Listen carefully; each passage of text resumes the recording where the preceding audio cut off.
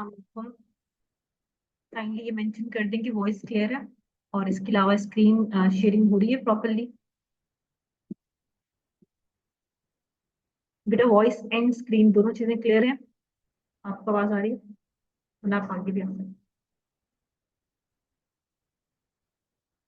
आपको आवाज आनी चाहिए बेटा।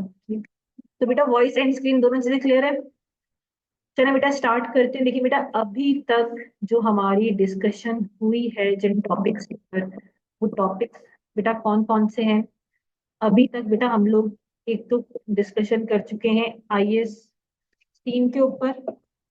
सो आईएएस 16 बेटा डन कर चुके हैं। 16 के बाद हम लोग जो है आईएएस 40 डन कर चुके हैं। आईएएस 36 इम्पेयरमेंट हो चुका है। आईएएस 38 इंटेंजिबल एसेट्स हो चुका है। ठीक है बेटे, चार स्टैंडर्ड्स हमने अभी तक कंप्लीट कर लिए हैं। आप में से बेटा किसी ने किसी स्टैंडर्ड की क्लास, तो आप काइंडली कॉन्टेक्ट करके इसका लेक्चर जो है वो ले सकते हैं। ठीक है, तो बेटा हमने 4 स्टैंडर्ड्स कंप्लीट कर लिए हैं। अब बेटा आज हम अपना फिफ्थ स्टैंडर्ड स्टार्ट करने जा रहे हैं। ये भी एक बेसिक लेवल का स्टैंडर्ड है जिसका नाम है बेटा IS2 इन्वेंट्री। ठीक है बेटा, आज जो हम स्टैंडर्ड कवर करेंगे बेटा उसका नाम क्या है? IS2 inventory. ठीक है, तो आज बेटा हमने ये स्टैंडर्ड स्टार्ट करना और इसे कंप्लीट भी करना। छोटा सा स्टैंडर्ड है। देखिए अभी हम जो हमने स्टार्ट लिया है, अभी हम जो स्टैंडर्ड हम करते जा रहे हैं थोड़े छोटे छोटे ही हैं, ताकि वन से सारे छोटे छोटे स्टैंडर्ड डन हो जाए, फिर बेटा हम बड़े स्टैंडर्ड्स पे आए और फिर हम प्रॉपर टाइम दे सकें। इस तरह से हम लेके चल रहे हैं। ठीक है, तो आज बेटा हम बात कर रहे हैं IS2 के ऊपर, जो कि बेस कर रहा है इन्वेंट्रीज के ऊपर। बेटा पहली चीज, इन्वेंट्री हम किसे कहते हैं? देखिए बेटा इन्वेंट्री का मतलब होता है जो हम लेते हैं फॉर रीसेलिंग। तो हम किस इंटेंशन से लेते हैं बेटा? जो हम लेते हैं फॉर रीसेलिंग, उसे हम क्या बोलते हैं बेटा? वो हमारे लिए क्या है? इन्वेंट्री है। तो जो चीज बेटा हम बेचने की नीयत से लेते हैं, बेचने की इंटेंशन से लेते हैं बेटा, वो हमारे लिए क्या होती है बेटा? वो हमारे लिए हमारी इन्वेंट्री होती है। तो जो चीज बेटा हमने बेचने के लिए ली है, बेचने की इंटेंशन से ली है बेटा, वो हमारे लिए क्या है बेटा? वो हमारे लिए हमारी इन्वेंट्री है। ठीक है, तो जिस चीज में बेटा इंटेंशन बेचने की हो, रीसेलिंग की हो बेटा, वो हमारे लिए क्या कहलाएगी? हमारी इन्वेंट्री कहलाएगी। सो इन्वेंट्री को बेटा क्या अप्लाई होता है? IS2। अब IS2 कहता है कि inventories are valued at lower of cost and NRV के। आपने बेटा वैल्यू करना है इन्वेंट्री को लोअर पर। लोअर किस चीज का होगा बेटा? कॉस्ट और NRV का। ठीक है, NRV का मतलब होता है नेट रियलाइजेबल वैल्यू, की जो हम उससे रियलाइज कर सकते हैं। ठीक है, तो ये हम कैसे कैलकुलेट करते हैं? Selling price less cost to sell, हमारे पास इससे क्या आती है? NRV। तो एक तरफ रखेंगे हम अपनी NRV को और एक तरफ हम रखेंगे इन्वेंट्री की कॉस्ट को, और हमें इन दोनों का लोअर लेना है। क्या लेना है? लोअर लेना है, क्योंकि हमें प्रूडेंटली चलना है, इन्वेंट्री को ओवर वैल्यू नहीं करना। इसलिए हम क्या करेंगे? लोअर ऑफ लेंगे किसका बेटा? कॉस्ट का और NRV का। तो हम इनके लोअर वैल्यू करेंगे इन्वेंट्री को। ठीक है, अब NRV तो पता है भी, सिंपली सेलिंग प्राइस में से कॉस्ट टू सेल माइनस कर देंगे तो NRV आ जाएगी। यानी सेलिंग प्राइस में से कॉस्ट टू सेल माइनस कर देंगे तो क्या आ जाएगी? NRV आ जाएगी। अब ये कॉस्ट से मुराद क्या है? देखिए बेटा कॉस्ट का मतलब है, cost is the cost of bringing items of inventory to their present location। बेटा इन्वेंट्री को उसकी प्रेजेंट कंडीशन तक लेके आने के लिए, जो अमाउंट प्रेजेंट लोकेशन तक लाने के लिए हम जो स्पेंड करें, हम जो अमाउंट इनकर करें बेटा, वो उसकी कॉस्ट में शामिल होगा।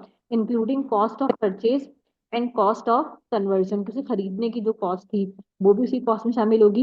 एंड कॉस्ट ऑफ कन्वर्जन मतलब बेटा अगर हमने उसे फिनिश गुड तक कन्वर्ट करने के लिए कॉस्ट इनकर की तो वो भी उसी कॉस्ट में शामिल होगी। तो इन्वेंट्री का मतलब जो हम रीसेल की नीयत से ले, वो हमारे लिए क्या होती है? हमारी इन्वेंट्री होती है। तो जो चीज हम रीसेलिंग, वो हमारे लिए क्या होती है? हमारी इन्वेंट्री होती है। And inventories are valued at lower of cost and NRV, यानी इन्वेंट्री को हम वैल्यू करते हैं lower of cost and NRV के ऊपर। ठीक है, अब कॉस्ट से हमारा मतलब क्या है? कॉस्ट का मतलब वो अमाउंट जो हम लगाएं इन्वेंट्री को उसकी प्रेजेंट लोकेशन तक लाने के लिए। ठीक है, अब इसमें उसकी परचेज कॉस्ट भी आ सकती है।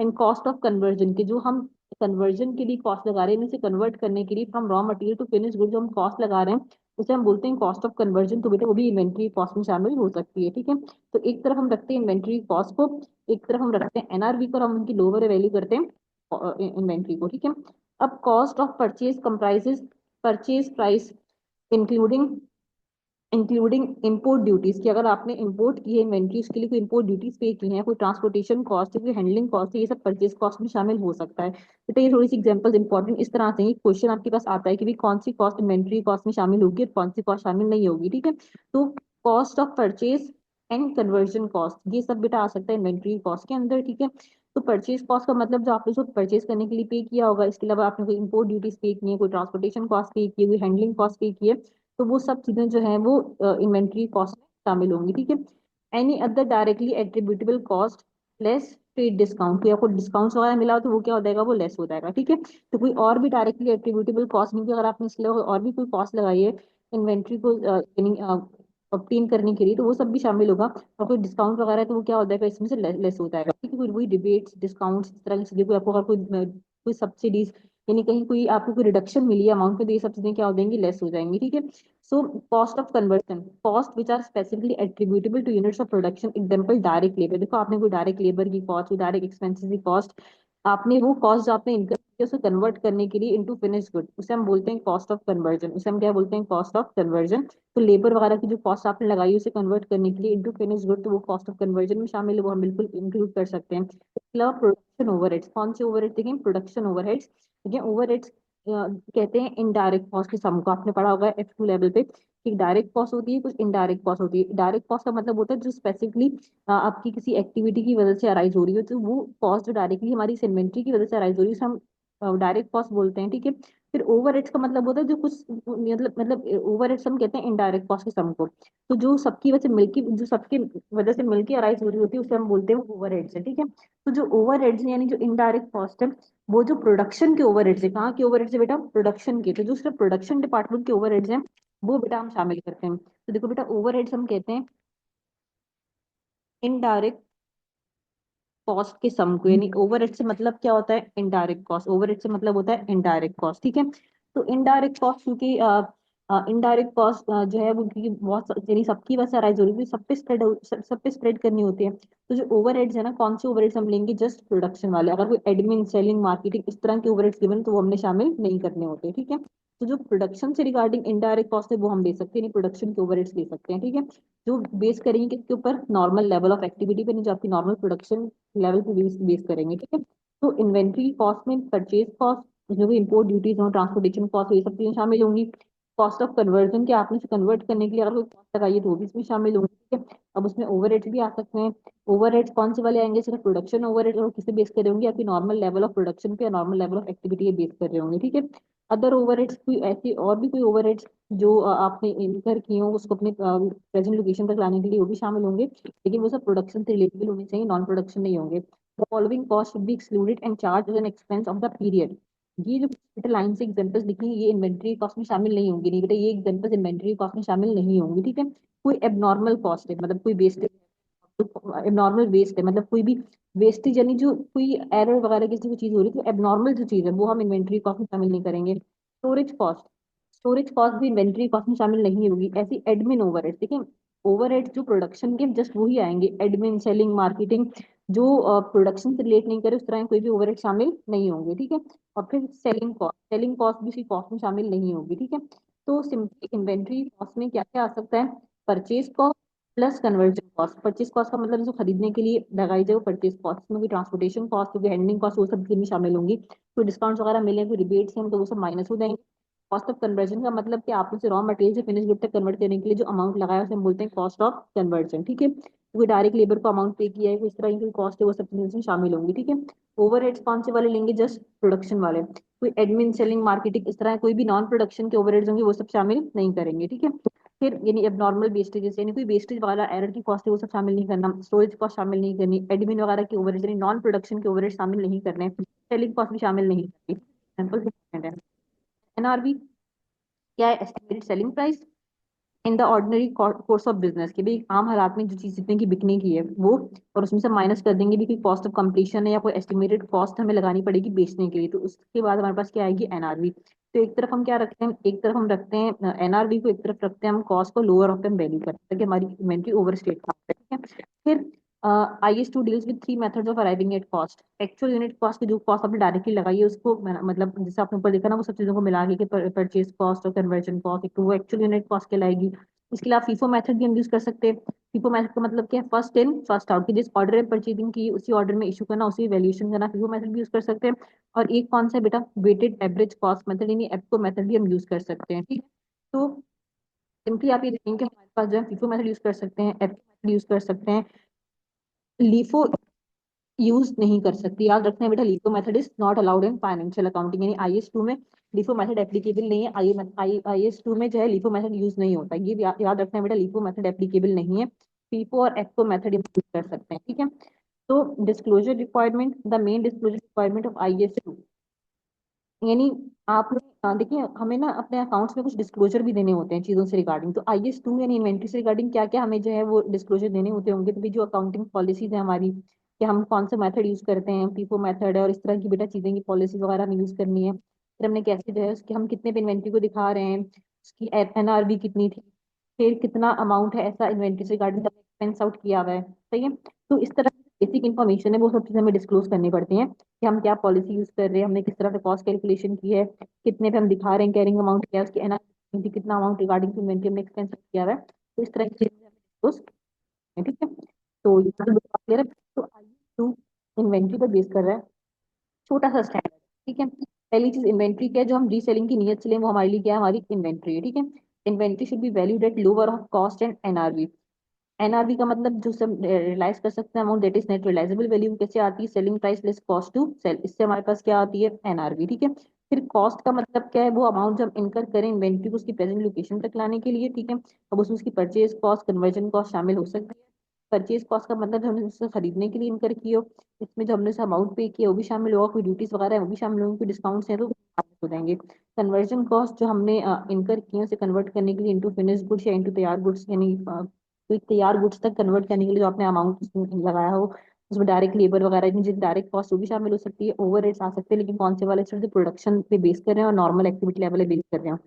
इसके अलावा ये चीजें नहीं आएंगी, नॉर्मल कॉस्ट और स्टोरेज कॉस्ट और कोई नॉन प्रोडक्शन के ओवरहेड में नहीं आती, admin overheads, marketing overhead, selling overhead सब नहीं आएंगे, ठीक है। तो सेलिंग कॉस्ट में शामिल नहीं होगी। फिर NRV हम सेपरेटली कैलकुलेट करते हैं, फिर इन दोनों को जो है वो कंपेयर करते हैं, लोअर ऑफ पे वैल्यू करते हैं। फिर मेथड्स कौन कौन से अलाउड है, फीफो एंड एफओ अलाउड है, LIFO अलाउड नहीं है, और इसके अलावा ये चीजें हमें डिस्क्लोज करनी है, ठीक है। तो बेटा छोटा सा इतना सा ही स्टैंडर्ड है। अब इसके बेटे यहाँ पर कुछ प्रैक्टिस क्वेश्चंस हैं, ठीक है। अच्छा बेटा IS2 ना वैसे तो आमतौर पे ना क्लासेस में अक्सर कराया भी नहीं जाता, कि बच्चों को आता है 3 लेवल से या FA2 लेवल से, ये अज्यूम है सपोज किया जाता है, ठीक है। लेकिन क्योंकि स्टैंडर्ड है सिलेबस में, यहाँ से भी क्वेश्चन आ सकता है, ठीक है। तो स्टिल इसकी प्रैक्टिस भी होनी चाहिए, कि अगर यहाँ से एक MCQ आ गया और आपको नहीं करना है तो मार्क्स वेस्ट हो गए ना, तो इस प्रैक्टिस करनी चाहिए, यहाँ से भी क्वेश्चन आ सकता है, ठीक है। फिर कुछ क्वेश्चन हैं जो मैंने कुछ इसके स्टडी अप से एक्सपेक्ट किए, मैं क्वेश्चन ने स्टडी अप के हैं, और लास्ट में एक क्वेश्चन है ये इट्स हैं। तो खैर जब क्वेश्चन मिले रिगार्डिंग टू IS2 मैंने कर लिए, ठीक है। तो अब क्योंकि थोड़ा सा बेसिक स्टैंडर्ड क्वेश्चन तो पहले आप लोग भी ट्राई दे सकते हो, मैंने तो करवाने ये सारे क्वेश्चन मैं क्लास में करवाऊंगी, ठीक है। कि ये आप इसको थोड़ा सा खुद भी ट्राई दे सकते हो, ठीक है। कोई अगर नहीं भी होगा तो परेशानी वाली बात नहीं, हम इस क्लास में कर लेंगे, ठीक है। मैंने आपको ये हैंडआउट ग्रुप पे भेज भी रही हूँ, स्क्रीन भी क्वेश्चन आपके सामने, लेकिन मैं आपको ग्रुप पे ही भेज रही हूँ। तो इस क्वेश्चन को आप 10 मिनट के करीब थोड़ा सा टाइम खुद दो आप, यानी 10 मिनट थोड़ा सा ना इन क्वेश्चन को आप खुद दो। फिर ये है कि 10 मिनट के बाद जो है हम इनकी फिर जो है ना वो प्रैक्टिस भी क्लास में भी देख लेते हैं, ठीक है। तो यहाँ तक सब क्लियर है, यहाँ तक सब क्लियर है तो चैट बॉक्स में सिग्नल दे दें। और इसके अलावा ये है कि जो क्वेश्चंस भेजे हैं वो आप लोगों को रिसीव हो गए होंगे, तो ये है कि पहले आप लोग उनको टाइम दो, थोड़ा सा ट्राई करो, फिर हम ये सारे क्वेश्चन अभी जो है वो क्लास में जो है वो डिस्कस कर लेते हैं, ठीक है। तो चलिए बेटा हैंड आउट आपको मैंने ग्रुप पे भेज दिया है, विदाउट वेस्टिंग टाइम आप लोग उसको स्टार्ट करो। कितने क्वेश्चन है इसके अंदर, इसमें MCQs हैं टोटल,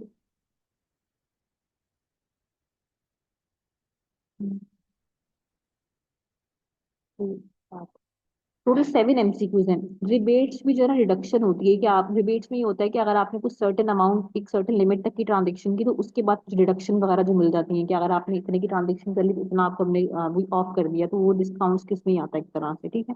तो वो भी कमी कोई अमाउंट रिडक्शन हो रही है, तो इस तरह जो डिस्काउंट्स मिल रहे हैं, जो डिबेट्स सॉरी जो डिस्काउंट्स मिल रहे हैं, जो रिबेट्स मिल रहे हैं, उन्हें भी हम अकाउंट फॉर करेंगे, यानी जो डिस्काउंट मिल रहा है उसे लेस कर देंगे इस तरह से, ठीक है।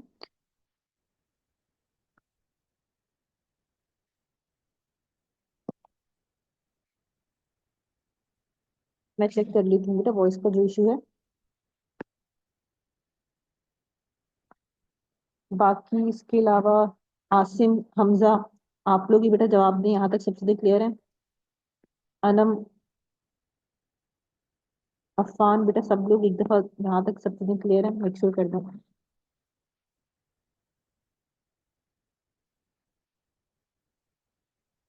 ठीक है बेटा, तब आप लोगों के पास हैंड आउट है, स्टार्ट करते हैं, फिर हम 10 मिनट बाद इनके आंसर डिस्कस कर लेते हैं।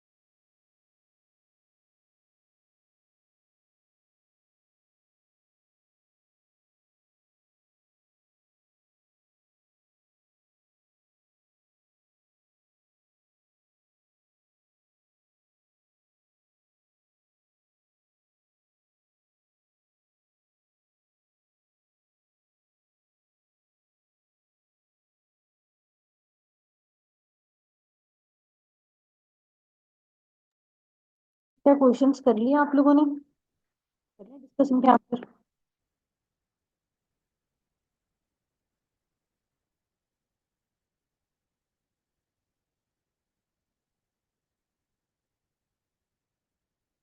चलिए बेटा स्टार्ट करते हैं फर्स्ट वन से।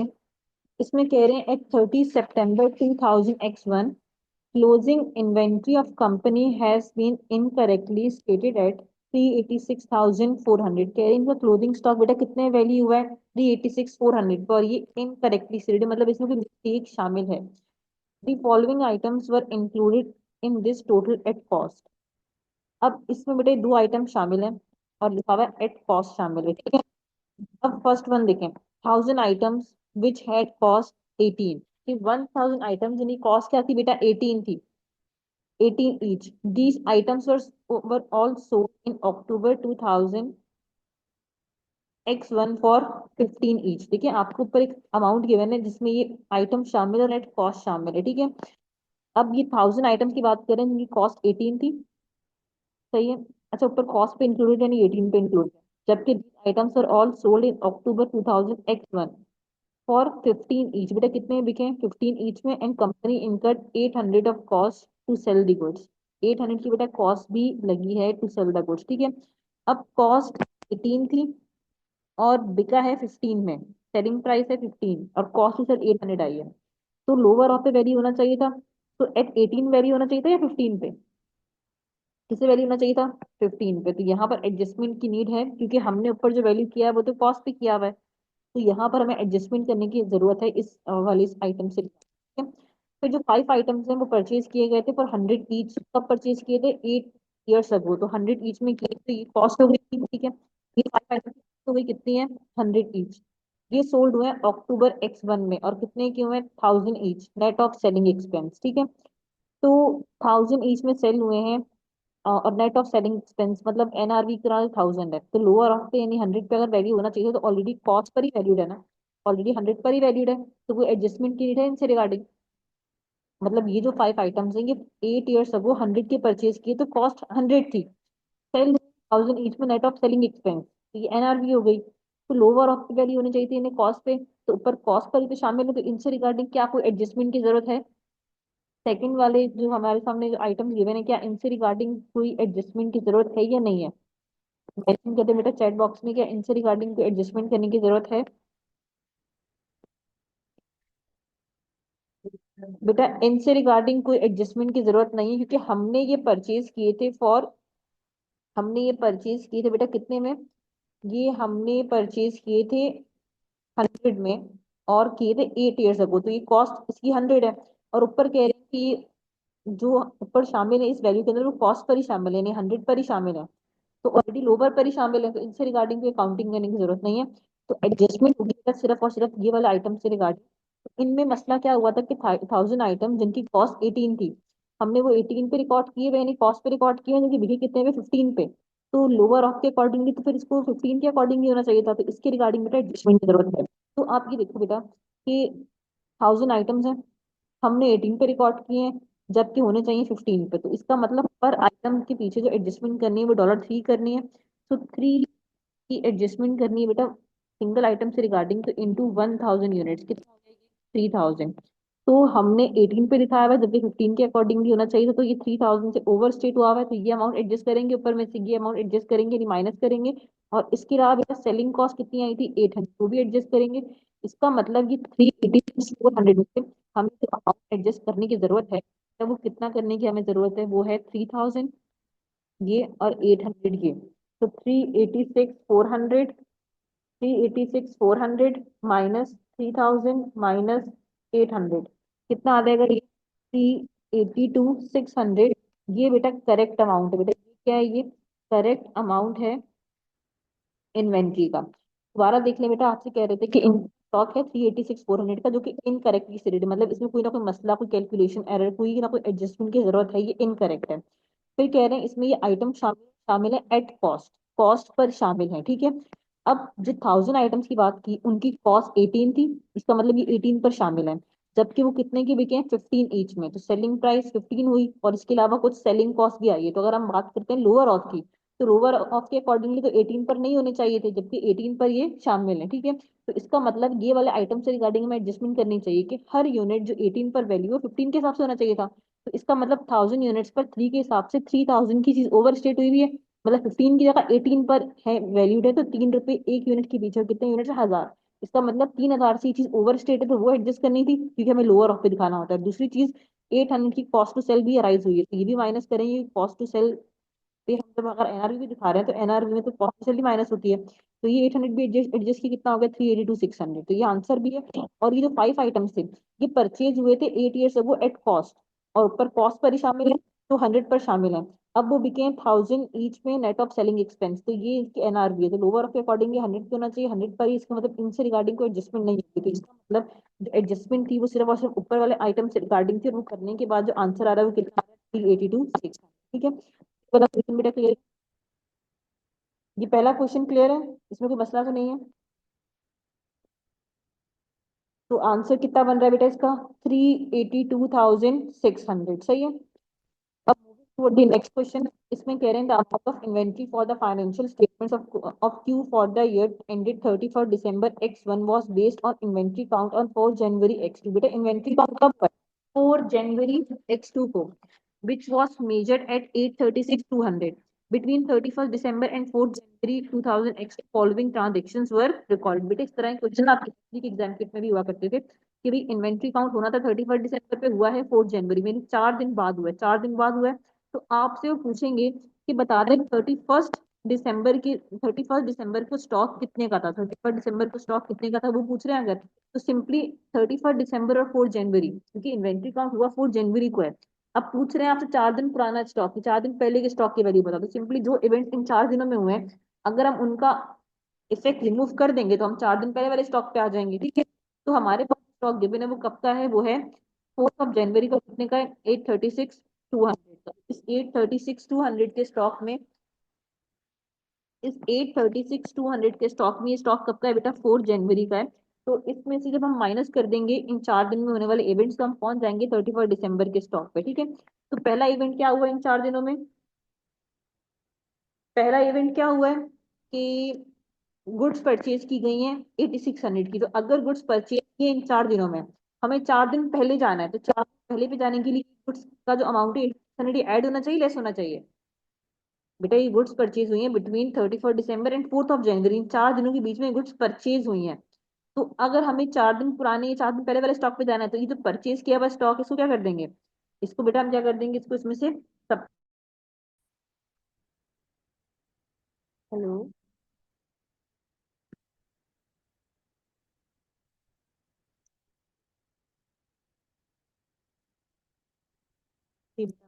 बीच में थोड़ी सी नेटवर्क डिस्कनेक्शन आई थी। तो स्क्रीन क्लियर है, क्लियर है। तो इन्वेंट्री काउंट कब हुआ था बेटा, 4th जनवरी को। हमसे पूछ रहे हैं 31st दिसंबर का स्टॉक, यानी 4 दिन पहले का स्टॉक। तो इस बीच में होने वाले बेटा इवेंट्स को अगर हम इसका इम्पैक्ट रिमूव कर देंगे, हम 4 दिन पहले वाले स्टॉक पे आ जाएंगे। इन 4 दिनों में ये स्टॉक परचेज हुआ था बेटा, इन 4 दिनों में ये स्टॉक परचेज हुआ था, तो 4 दिन पहले भी जाना है, तो ये स्टॉक को क्या कर देंगे, माइनस कर देंगे। हमें गिवन है सेल्स कितने गिवन बेटा, 14,000। अब ये नंबर 14,000 का बेटा, ये हमने इतने की सेल्स की इन 4 दिनों, बेटा हमने इतने की सेल्स की इन 4 दिनों में, यानी बेटा इतना स्टॉक बिका है इन 4 दिनों में। तो अगर हमें 4 दिन पहले जाना है, तो जो चीज बिक गई है उसको क्या कर देंगे बेटा, एड बैक कर देंगे। बेटा 31st दिसंबर से लेके 4th जनवरी के बीच जो इवेंट्स हुए हैं, हमें उनके इफेक्ट को रिमूव करना, ताकि हम पहुंच जाए फ्रॉम 4 जनवरी टिल 31st दिसंबर। ठीक है, तो इस बीच वो माइनस कर दी, तो बीच में वो एड बैक कर देंगे। लेकिन ये 14,000 का जो अमाउंट है बेटा, ये इसमें प्रॉफिट भी शामिल है, तो हम एससीपी लगा के इसे कॉस्ट पे ले आएंगे। सही है, तो कह रहे हैं मार्जिन है 30%। मार्जिन का मतलब होता है बेटा सेल्स 100%। बेटा सेल्स कितनी है, 100%। ठीक है, प्रॉफिट कितना है 30%। तो कॉस्ट कितने की इक्विवेलेंट होगी, 70%। तो बेटा इस एससीपी के थ्रू हम इस अमाउंट को कॉस्ट पे ला सकते हैं। तो 14,000 को हमें कॉस्ट पे लाना है, तो इंटू 70 डिवाइडेड बाय 100। ठीक है, तो बेटा कॉस्ट कितनी आएगी, कॉस्ट आ जाएगी इसकी बेटा कितनी, 9800। बेटा कॉस्ट कितनी आएगी, 9800 क्या आ जाएगा इसकी कॉस्ट। तो बेटा इतने की सेल्स हुई है ना इन 4 दिनों में, तो ये 4 दिनों में इतने की सेल्स हुई है। तो हम क्या कर देंगे बेटा, इसके अमाउंट को जो बिका है वापस से ऐड कर देंगे बेटा, 4 दिन पहले पे आ जाएंगे। तो ये 9800 क्या होगा बेटा, इसमें ऐड हो जाएगा बेटा। 9800 क्या हो जाएगा, इसमें ऐड हो जाएगा। हमें 4 दिन पहले जाना है, तो इससे होने वाले इवेंट्स रिमूव कर रहे हैं। तो जो खरीदी वो माइनस कर दिया, जो बेच दिया वो ऐड कर दिया। Faulty goods return by Q to supplier, बेटा ये गुड्स वापस किए आपने इन 4 दिनों में, बेटा वापस की होंगी, तो इन 4 दिनों में ये गुड्स निकली होंगी, तो हमें पीछे जाना, दोबारा से हम इसको एड बैक कर देंगे। तो कितना बेटा एड बैक कर देंगे हम यहाँ पे, क्योंकि बेटा ये गुड्स वापस हुई है इन 4 दिनों में, हमें 4 दिन पीछे जाना था, हम दोबारा से इनको ऐड बैक कर देंगे। स्टॉक कब का है, 4 जनवरी का है, ठीक है। तो ऐसे बेटा 31 दिसंबर वाले दिन का जो स्टॉक आएगा वो कितना आएगा, 836,200 माइनस 8600 प्लस 9800 प्लस 700, कितना आएगा बेटा इसका आंसर, क्या आंसर आएगा बेटा इसका,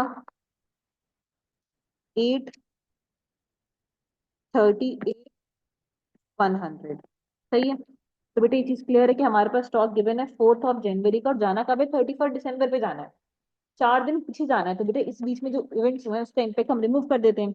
जो परचेजेस हुई है वो सब्ट्रैक्ट कर देते हैं, सेल्स हुई है वो ऐड बैक करिए, लेकिन सेल्स का अमाउंट गिवन तो एफसीबी से कॉस्ट पर लेकर तो ऐड बैक किया।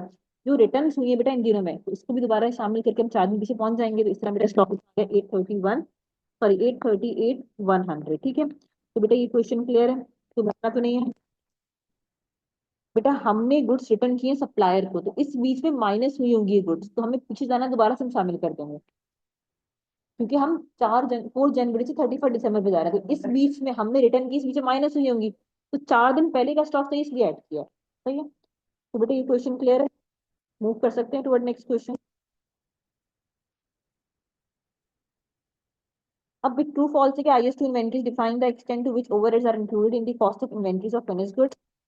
अच्छा, अब बेटा हमें टिक करना है कि कौन सा ट्रू है कौन सा false. Finished goods inventories may be measured on the basis of labour and material cost only without including overheads, कह रही हैं कि बेटा हम ओवरहेड शामिल नहीं कर सकते। तो ये करेक्ट है, मतलब ट्रू है या फॉल्स है, बेटा ये ट्रू है या फॉल्स है, क्या कोई भी ओवरहेड्स नहीं आ सकते, बेटा कौन से ओवरहेड्स आ सकते हैं, प्रोडक्शन ओवरहेड्स आ सकते हैं। तो इन्होंने क्या बोला है कि विदाउट इंक्लूडिंग ओवरहेड्स, स्टेटमेंट क्या हो गया फिर, फॉल्स हो गया, ठीक है। और second, factory management cost should be included in fix overheads, बेटा फैक्ट्री मैनेजमेंट का मतलब वही जो प्रोडक्शन की ओवरहेड्स वगैरह हैं, तो वो should be included in the fix overheads allocated to inventories of finished good, यानी बेटा जो फैक्ट्री के ओवरहेड्स है, प्रोडक्शन ओवरहेड्स है, बेटा वो तो शामिल करेंगे ना। स्टेटमेंट क्या है बेटा, ये ट्रू है, स्टेटमेंट क्या है बेटा, ये ट्रू है, ठीक है। Then Toller's company makes 3 different products. The following table shows the inventory valuation for each of the product under different basis. तो FIFO के accordingly product 1 2 3 की cost मतलब value given है, LIFO के accordingly given है, और NRVs given है। So inventory should be valued at lower cost and NRV. At what amount should Toller's inventories be stated in accordance with IS2 inventory? Total लगा product 1 2 3 ना, तीनों के amount inventory कितने पे आएगी वो बताना है, ठीक है। अच्छा, अब बेटा एक कॉलम का, एक है LIFO का और एक है NRVs का। पहले क्या ये बता दें कि क्या ये तीनों कॉलम्स हमारे लिए रेलेवेंट हैं, मतलब ये 3 कॉलम जो गिवन है, क्या ये तीनों के तीनों कॉलम्स हमारे लिए रेलेवेंट हैं, कौन से बेटा कॉलम हमारे लिए रेलेवेंट है यहाँ पर, कौन सा बेटा कॉलम रेलेवेंट नहीं है, बेटा कौन सा कॉलम रेलेवेंट नहीं है, लीफो, बेटा बिल्कुल लीफो का कॉलम रेलेवेंट नहीं है, क्योंकि LIFO is not allowed in financial accounting और in IS2, so this column is not relevant for us. तो only relevant columns are FIFO and NRVs, ठीक है। अब प्रोडक्ट 1 पे आ जाए, अगर इसकी वैल्यू एज पर कॉस्ट या FIFO मेथड 10 है और NRV 12 है, बेटा हम किसे वैल्यू करेंगे, 10 पर या 12 पर, 10 पर या 12 पर, 10 पर। तो प्रोडक्ट 1 की वैल्यू रेट लोअर, सो किसे वैल्यू करेंगे बेटा हम, 10 पर। प्रोडक्ट 2, FIFO के अकॉर्डिंगली 13 और NRV 14 है, बेटा किसे वैल्यू करेंगे, लोअर पर, तो लोअर कितना आएगा, 13, एग्जैक्टली 13। और फिर प्रोडक्ट 3 एट 9 और एट 7, एट 7, तो 10 13 एंड 7, 10 13 एंड 7, तो हमारी बेटा स्टॉक की वैल्यू कितनी बनेगी, 10 प्लस 13 प्लस 7, बेटा कितनी बनेगी इसकी वैल्यू, 30। तो इसके अकॉर्डिंगली आंसर क्या बनेगा इसका? ऑप्शन बी बेटा। आंसर क्या बनेगा इसका? Option B. सही है। देन क्लियर में तो नहीं है, आसान क्वेश्चन इतना याद रखना था, दिमाग में होना चाहिए था कि LIFO is not applicable in IS2। On 30 September, X4 Razor's closing inventory was counted and measured at its cost of 1 million. Some items of inventory which had cost to 10,000 had been damaged in a floor on 15 September X4 and are not expected to achieve the normal selling price, which is calculated to achieve a gross profit margin of 30%. The sale of these goods will be handled by an agent who sell them at 80% of the normal selling price and charge Razor a commission of 25%. At what amount will closing inventory of Razor be reported in its statement of financial position as at 30 September X4? ठीक है बेटा। पहली चीज, जिस हम total 1 million का stock है, जिस स्टॉक के बारे में बात हो रही है वो कितने का है? वो है 210 का। अच्छा बेटा आप लोग बताएं पहले, आप लोगों ने क्या आंसर मार्क किया इसका? इसमें किसी ऑप्शन में पूछे होंगे आप लोग भी, जाहिर है। तो आप लोगों ने क्या मार्क किया है? फिर हम तो डिस्कस करेंगे ये भी।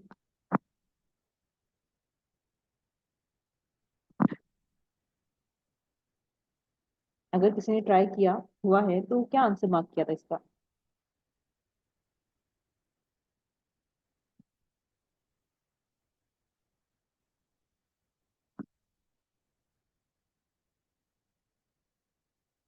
ये समझा, करेक्ट, आपका आंसर सही है। ठीक है। तो इसमें आप देखें कि जो टोटल स्टॉक है 1 मिलियन का है, के बारे में बात हो रही है, वो आइटम्स कितने के हैं? 210,000 के हैं। ठीक है, 210,000 के हैं। अच्छा, अब कह रहे हैं कि नॉर्मल सेलिंग के लिए देते प्रॉफिट मार्जिन 30% का। तो अगर हम SCP की बात करें तो नॉर्मल, हम पहले नॉर्मल अमाउंट निकाल लेते हैं। ठीक है, कि नॉर्मली कितने की चीज बिकती थी। तो मार्जिन है, जो सेल्स 100 है, प्रॉफिट 30 है, कॉस्ट कितनी है? 70%। अब हमारे पास इन तीनों में से इस टाइम पर क्या है? Cost that is equal to 10,000। ठीक है, तो अगर हम इसकी सेलिंग प्राइस कैलकुलेट करें, नॉर्मल प्राइस, तो वो कितनी होती है? नॉर्मल प्राइस बनती है इसकी 300,000। नॉर्मल प्राइस कितनी बन रही है इसकी? 300,000 नॉर्मल प्राइस थी। लेकिन अभी जो डैमेज है, तो ये नॉर्मल अमाउंट के 80% पे सेल आउट होगा। यानी अब वो कितने पे सेल होगा? नॉर्मल के 80% पर। तो 80% का मतलब कितना बनेगा?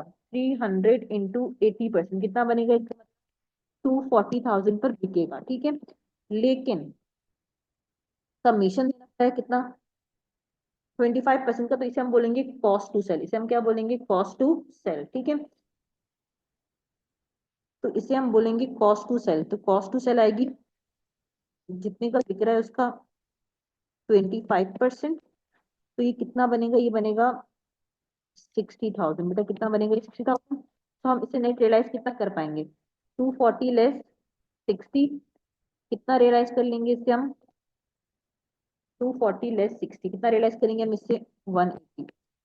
तो अगर इसकी कॉस्ट रखी जाए तो कॉस्ट है 210,000 और NRV कितनी है? 180। तो किसे वैल्यू करेंगे? लोअर पे, दैट इज 180,000। ठीक है, तो टोटल 1 मिलियन का स्टॉक है, उसमें से 210,000 का जो स्टॉक है, जो जिसकी कॉस्ट 210,000 के बारे में बात हो रही है, कि जो 210,000 का स्टॉक है उसमें नॉर्मली में रखना था प्रॉफिट 30% का।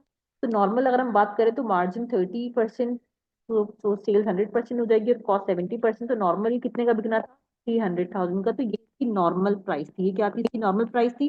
But now it is damage. तो अभी कितने बिकेगा बेटा? 80% भी, यानी 240,000 पे। लेकिन उसके लिए भी 25% आपको कमीशन देना पड़ेगा। तो इसका मतलब 240 लेस 60, हम इससे कितना रियलाइज करेंगे? 180। तो इससे हम रियलाइज करें 180, और कॉस्ट मैंने दिखा कितने पर है? 210। तो गलत है, लोअर ऑफ पे दिखाना है, 180 पे दिखाना है। ठीक है, तो ये जो वैल्यूशन है, जो 1 मिलियन हमारे पास वैल्यूशन है, इसमें से हम ये कर देंगे कि currently इसलिए हम सब्ट्रैक्ट कर देंगे, और होना कितने पे चाहिए था? 180। तो ये अमाउंट ऐड कर लेंगे। तो 1 मिलियन में से अगर हम माइनस कर दें 210, क्योंकि कॉस्ट के अकॉर्डिंगली नहीं, ये NRV को होना चाहिए लोअर पे। तो 210 लेस कर दिया, यानी कॉस्ट माइनस करके NRV ऐड करी। तो इसका मतलब करेक्ट वैल्यूशन कितनी हो जाएगी अब? 970। इसके अकॉर्डिंगली आंसर क्या बनेगा? Option D. तो लोअर ऑफ पे होना चाहिए था, यानी 180 पे, ना कि 210 पे। तो 210 सब्ट्रैक्ट किया और 180 हमने ऐड कर लिया। तो आंसर क्या बना? इसका आंसर बना ऑप्शन डी। तो ये क्वेश्चन जो है वो आपके सामने है। ये क्लियर है? से मसला तो नहीं है?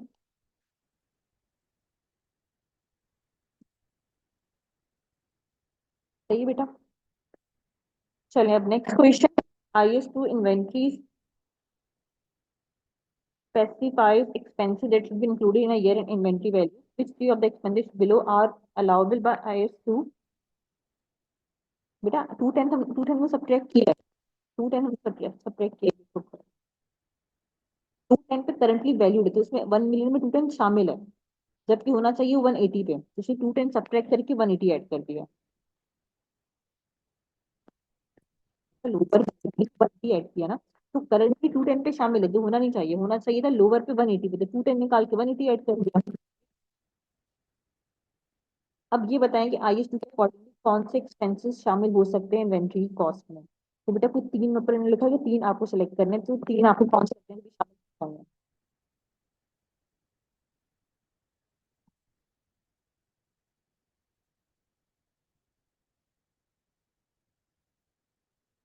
कौन से तीन ऑप्शन बेटा हम चूज कर सकते हैं जो इन्वेंट्री की कॉस्ट में शामिल होंगे और कौन से नहीं होंगे, नहीं कौन से अल्टीमेटली तीन होंगे ये बताना है आपको बस।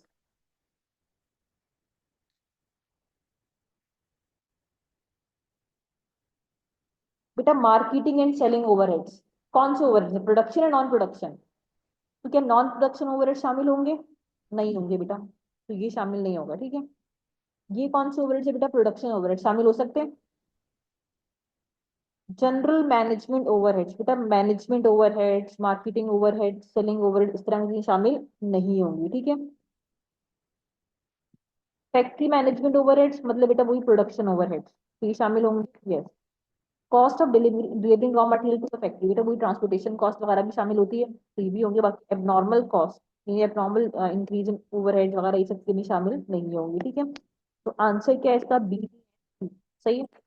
और फिर next one, Mario as incurred following cost in relation to unit of inventory, line से में कुछ कॉस्ट गिवन है। Problem with the first batch of items produce, तो एबनॉर्मल वेस्टेज कॉस्ट कितनी है, 0.10 per unit. At what cost should Mario value this inventory in its financial statement, कितने value होगा।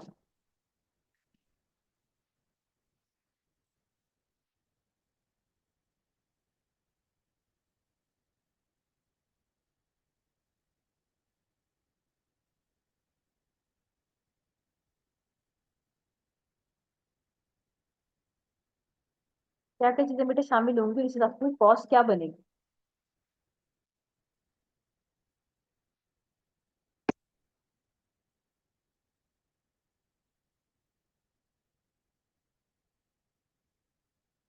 Material cost कितनी है, 1.5, ये बिल्कुल आएगी। इम्पोर्ट ड्यूटीज बेटा, इम्पोर्ट ड्यूटीज आनी चाहिए बिल्कुल। डायरेक्ट लेबर कॉस्ट, यस बेटा वहाँ लिखा होगा ना कोई सब कॉन्ट्रैक्ट लेबर कॉस्ट होगी तो वो भी इसमें शामिल होगी, सही है। रिकवरेबल सेल्स टैक्स बेटा, रिकवरेबल सेल्स टैक्स ये रिकवर हो जाएगा ना आपको अल्टीमेटली, जब ये रिकवर हो जाएगा तो बेटा इसे फिर क्यों हम कॉस्ट में शामिल करें, सही है। स्टोरेज कॉस्ट बेटा आएगी या नहीं आएगी, बेटा स्टोरेज कॉस्ट शामिल नहीं है। प्रोडक्शन ओवरहेड 0.25 ऐड होंगे या नहीं होंगे। फिर प्रॉब्लम होगी थी बेटा फर्स्ट बैच में एबनॉर्मल वेस्टेज कॉस्ट कितने हैं, 0.10 शामिल करेंगे। तो इसके अकॉर्डिंगली आंसर क्या बनेगा बेटा फिर, 1.5 प्लस 0.4 हो गया 1.9 प्लस 0.5, देन ऐड हो जाएगा 0.8 देन 0.25, बेटा आंसर क्या बनेगा इसका 3.45, बेटा आंसर क्या बनेगा इसका 3.45। तो आंसर क्या बनेगा बेटा इसका ऑप्शन, आंसर क्या बनेगा इसका बी यानी कि 3.45, सही है। तो बेटा क्वेश्चन लग रहा है आपके सामने,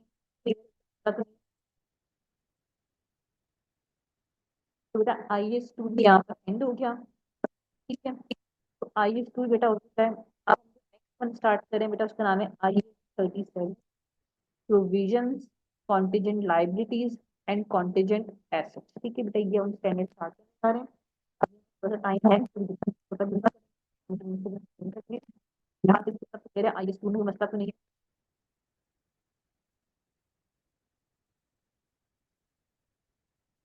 आई एस टू में बेटा कोई मसला तो नहीं है।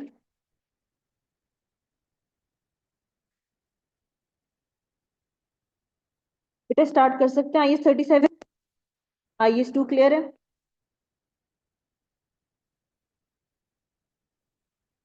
अच्छा आई एस 37 हम स्टार्ट करें, जरा पूरा भी आज नहीं होगा, ठीक है। हमारा 6 स्टैंडर्ड हम स्टार्ट कर रहे हैं, ठीक है। ये बेटा हमारा 6 स्टैंडर्ड हम स्टार्ट कर रहे हैं, ठीक है। जितना जाहिर हो पाएगा उतना ही हम इसको भी लेके चलेंगे, बाकी फिर इंशाल्लाह नेक्स्ट मीटिंग में से कंटिन्यू करेंगे, ठीक है। बेटा वॉइस का मैं कोशिश कर रही हूँ थोड़ा लाउड ही बोलूँ, ठीक है। तो किसी पॉइंट पर आपको बहुत एक्सट्रीम इशू हो तो आप लोग बता दीजिएगा मुझे।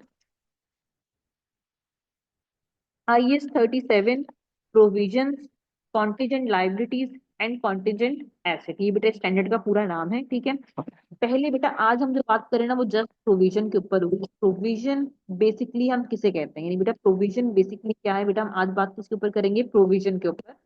तो प्रोविजन क्या है बेटा, बेसिकली प्रोविजन हम कहते हैं एक ऐसी लाइबिलिटी को जिसकी टाइमिंग्स और अमाउंट क्या हो बेटा, अनसर्टेन हो बेटा, टाइमिंग्स या अमाउंट क्या हो, अनसर्टेन हो बेटा। अनसर्टेन का मतलब है नॉट डिफाइंड, डिफाइंड ना हो। एक ऐसी लाइबिलिटी जिसकी टाइमिंग्स और अमाउंट क्या हो बेटा, हमें अनसर्टेन हो, कि हमें नहीं पता कि भी कितने का आउटफ्लो होना है एग्जैक्टली exactly, और आउटफ्लो कब होना है, यानी ये भी नहीं पता कि कितने का आउटफ्लो होना है और ये भी नहीं पता है कब होना है। ऐसी लाइबिलिटी को बेटा हम क्या बोलते हैं बेटा, वो क्या है, वो प्रोविजन है। सो प्रोविजन का मतलब क्या है बेटा, एक ऐसी लाइबिलिटी जिसकी टाइमिंग्स और जिसका अमाउंट क्या हो बेटा, अनसर्टेन हो। तो ऐसी लाइबिलिटी बेटा जिसकी टाइमिंग्स और अमाउंट अनसर्टेन हो, ऐसी लाइबिलिटी को बेटा हम क्या बोलते हैं, वो क्या है, वो प्रोविजन है। बेटा नॉर्मल लाइबिलिटी में और प्रोविजन में डिफरेंस होता है। अगर आपने बेटा किसी से उधार लिया है, 10,000 का उधार लिया है, आपने कहा कि 15 दिन में वापस कर दूंगी, तो आपको डेज भी क्लियर है कि 15 डेज में रीपे करना है, आपको अमाउंट भी क्लियर है, तो ये प्रोविजन नहीं है। तो प्रोविजन ऐसी लाइबिलिटी है जिसकी टाइमिंग्स और अमाउंट क्या होंगे, अनसर्टेन, कि हमें नहीं पता कि आउटलुक कितने का होगा एग्जैक्टली और कब होगा। तो बेटा ऐसी लाइबिलिटी को हम क्या बोलेंगे, वो क्या है, वो प्रोविजन है। तो प्रोविजन एक ऐसी लाइबिलिटी बेटा जिसकी टाइमिंग्स और अमाउंट क्या है, अनसर्टेन है। जैसे बेटा हम कोई प्रोडक्ट बेचते हैं, हम लोगों को वारंटी का ऑप्शन देते हैं कि आप वारंटी क्लेम कर सकते हो। तो अगर बेटा आपने 500 यूनिट्स बेचे हैं ना, सबको वारंटी क्लेम का ऑप्शन दिया हुआ है, लेकिन हमें नहीं पता बेटा एग्जैक्टली exactly कि भाई 500 में से कितने लोग वारंटी क्लेम करने आने वाले हैं और कौन कब कब आने वाला है। तो वारंटीज के लिए हमारे पास से कितना आउटफ्लो होगा बेटा एग्जैक्टली हमें वो भी नहीं पता, और कब कब आउटफ्लो होगा एग्जैक्टली बेटा वो भी नहीं पता। तो ये किसकी एग्जाम्पल है बेटा, ये प्रोविजन की एग्जाम्पल है। तो ऐसी लाइबिलिटी जिसकी टाइमिंग, कि जिसकी टाइमिंग अनसर्टेन हो या अमाउंट अनसर्टेन हो बेटा, उसे हम क्या बोलेंगे बेटा, वो क्या है, वो प्रोविजन है। तो provision is a liability of uncertain timings and amount. तो बेटा प्रोविजन एक लाइबिलिटी है बेटा जिसकी टाइमिंग और अमाउंट क्या होते हैं, अनसर्टेन। टाइमिंग और अमाउंट क्या होते हैं बेटा, अनसर्टेन। तो ऐसी लाइबिलिटी जिसकी टाइमिंग और अमाउंट अनसर्टेन है बेटा, उसे हम क्या बोलेंगे बेटा, वो क्या है, वो प्रोविजन है। तो ऐसी लाइबिलिटी बेटा जिसकी टाइमिंग और अमाउंट क्या है, अनसर्टेन, उसे हम क्या बोलेंगे बेटा, वो क्या है, वो प्रोविजन है, ठीक है। अब बेटा प्रोविजन बुक करने के लिए कुछ शराइत, कंडीशंस का मीट होना जरूरी है। बेटा प्रोविजन बुक करने के लिए कुछ कंडीशंस, कुछ शराइत का मीट होना जरूरी है, ठीक है बेटा। एक सेकंड, अजान हो रही है।